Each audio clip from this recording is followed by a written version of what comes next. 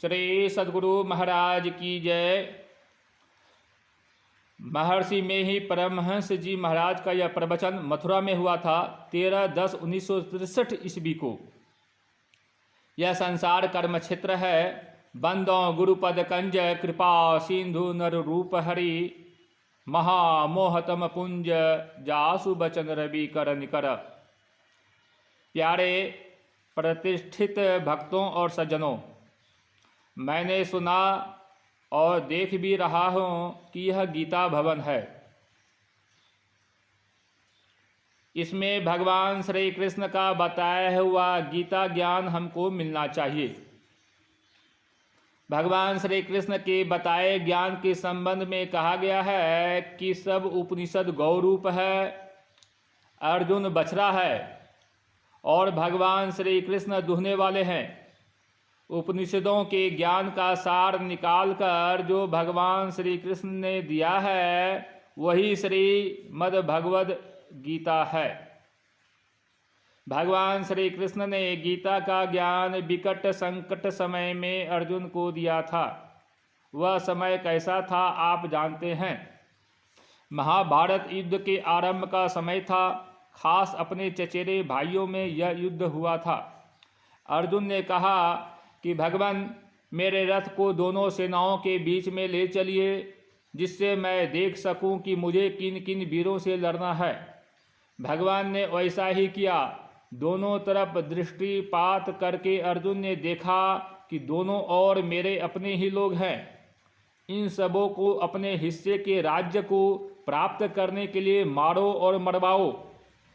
ऐसा क्रूर कर्म करना ठीक नहीं। उनका चित्त दयाद्र होकर विह्वल हो गया और करुणा से भर गया। उन्होंने भगवान से कहा कि मैं युद्ध नहीं करूंगा। श्री कृष्ण ने फटकारा और कहा, तुम अपने क्षत्रियत्व को भूलकर ऐसा बोल रहे हो। क्षत्रिय युद्ध के लिए ललकारे जाने पर मुंह नहीं मोड़ते। पुनः श्री कृष्ण ने कहा, तुम किसको मारोगे। अध्यात्म ज्ञान यहीं से आरंभ होता है। सांख्य दर्शन के अनुकूल आत्मज्ञान का उपदेश दिया कि शरीर मरा हुआ है ही, आत्मा अवध्य है। तुम किसके लिए शोक करते हो।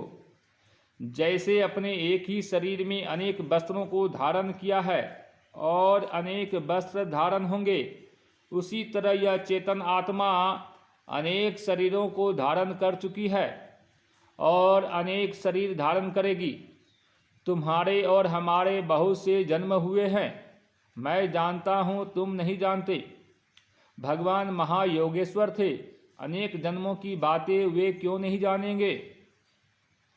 आप जानते हैं कि भगवान बुद्ध के दो बड़े शिष्य थे, सारिपुत्र और मौदगल्यायन। मौदगल्यायन सिद्ध पुरुष थे और सारिपुत्र भी सिद्ध थे। मौदगल्यायन समाधि में बैठे थे।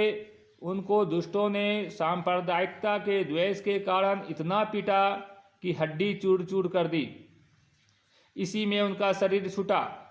शिष्यों ने भगवान बुद्ध से पूछा कि ऐसे सिद्ध महात्मा की यह दशा क्यों हुई। बुद्ध ने कहा, अपने पिता को जो बहुत वृद्ध थे, उन्होंने पूर्व के एक जन्म में जंगल में छोड़ दिया था। भगवान श्री कृष्ण ने कहा, मुझे अनेक जन्मों की बातें याद है, तुमको नहीं। क्यों? इसलिए कि वे महायोगेश्वर और हरि थे। बचपन में दूध पीते समय से ही वे अपनी महालीला दिखलाने लगे। यह योग की महिमा है। भगवान ने सांख्य योग का ज्ञान दिया, आत्मा की अमरता का ज्ञान दिया। आत्म तत्व अमर है, यह ज्ञान प्रत्यक्ष कैसे हो। इसलिए उन्होंने योग शास्त्र के अनुकूल वचन कहना आरंभ किया। मैं समझता हूँ दूसरा अध्याय ही समस्त गीता है। योग कहते किसको है? कर्म करने की कुशलता को योग कहते हैं। समत्व को योग कहते हैं। समत्व प्राप्त होता है समाधि साधन में। इन तीन बातों को आप मुख्य मानिए। आगे चलकर कर्म करने का कौशल क्या है वर्णन किया गया है। कर्म इस तरह करो कि उसके फल में आसक्ति नहीं हो। कर्म फल छोड़कर कर्म करो। ईश्वर में सब कर्म अर्पण करो, अविहित कर्म नहीं करो और आत्मरत होकर कर्म करो। ईश्वर अर्पण बुद्धि से कर्म करो, समत्व धारण करके कर्म करो। यह कर्म करने का कौशल है, तब तुमको कर्म का बंधन नहीं होगा। कर्म में राजस, तामस और सात्विक कर्मों का भी बहुत वर्णन किया और अंत में कहा कि सब धर्मों को छोड़कर मेरी शरण में आ जाओ। फल आशा छोड़कर कैसे कर्म किया जाए? कर्म हमको बंधन न दे, इस आशा से भी कर्म करता है तो फल आशा है।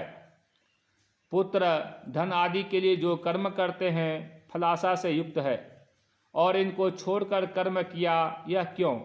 इसलिए कि बंधन से मुक्त होऊंगा। यह भी एक फलाशा हुई।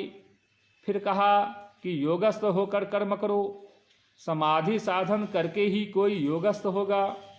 समाधि साधन में समत्व की प्राप्ति होती है। इसके अंदर है कि आत्मरत होकर कर्म करो। ये सब बातें एक ही योग शब्द पर निर्भर है। भगवान श्री कृष्ण ने अर्जुन को लड़ने के लिए साहस दिया और कहा कि लड़ो भी और मेरा स्मरण भी करो। उस समय का युद्ध आज की तरह नहीं था। एक दूसरे के तीर को देखता था और काटता था। यह संसार कर्म क्षेत्र है। जो कर्म करते हो करते जाओ और ईश्वर का स्मरण भी नहीं छोड़ो। संत पलटू साहब जी ने कहा है, कमठ दृष्टि जो लाभई सो ध्यानी परमान, सो ध्यानी परमान, सुरत से अंडा से बे, आप रहे जल माही, सूखे में अंडा देबे,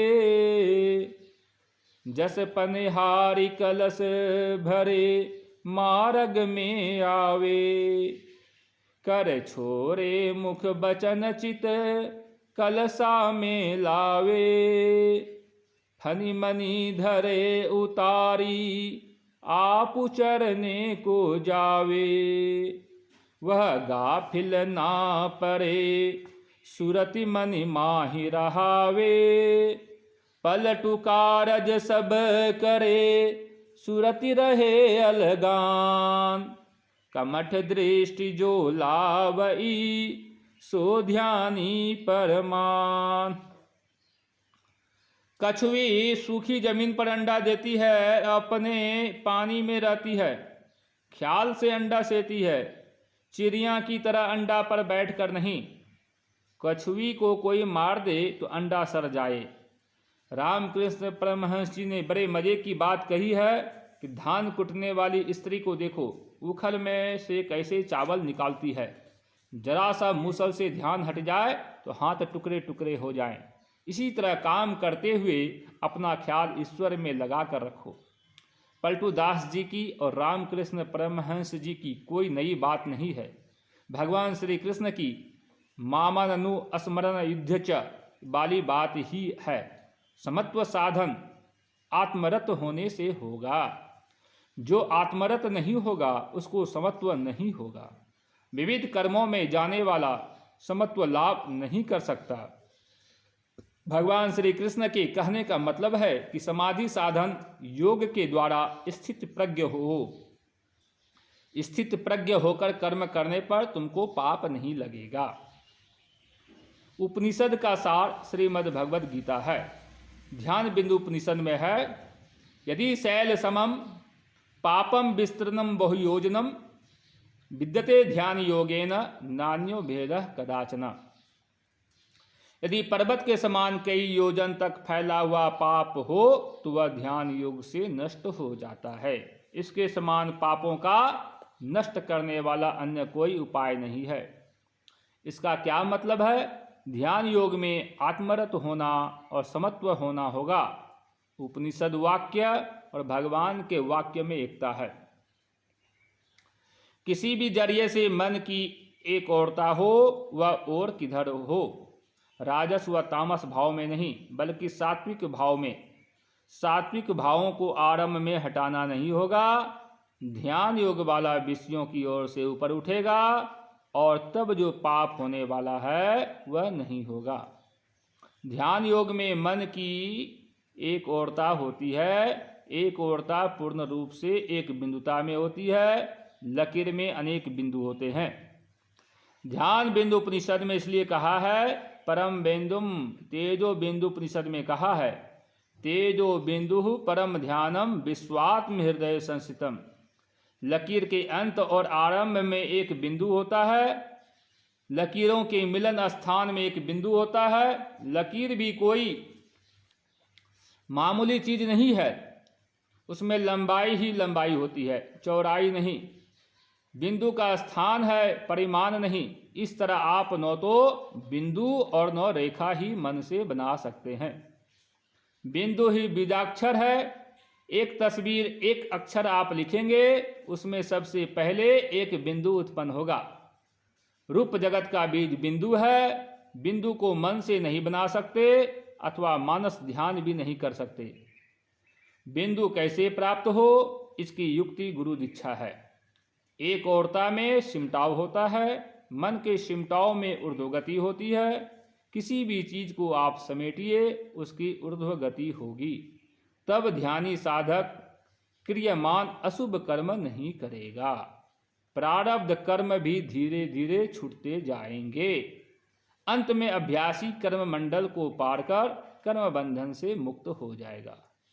पलटू साहब उपर्युक्त पद में कछुई, पनिहारी और सांप की उपमा देते हैं और कहते हैं कि काम भी करो और नाम भी भजो। हमारे पुराने गुरु महाराज कहते थे कि काम करो और नाम को मत भूलो।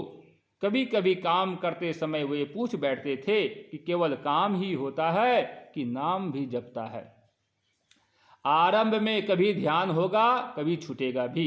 इसका अभ्यास करते रहो, बढ़ते बढ़ते बढ़ेगा। जैसे लोहे को चुंबक अपनी ओर खींचता है, उसी तरह तुम नाम से खींचे जाओगे। भगवान श्री कृष्ण ने कहा है सभी धर्मों को छोड़कर मेरी शरण में आ जाओ, तुमको सब पापों से मुक्त कर दूंगा। पिता की सेवा करना पुत्र का धर्म है।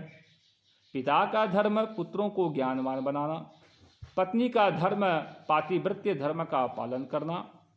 और पति का धर्म है एक पत्नी व्रत धारण करने का।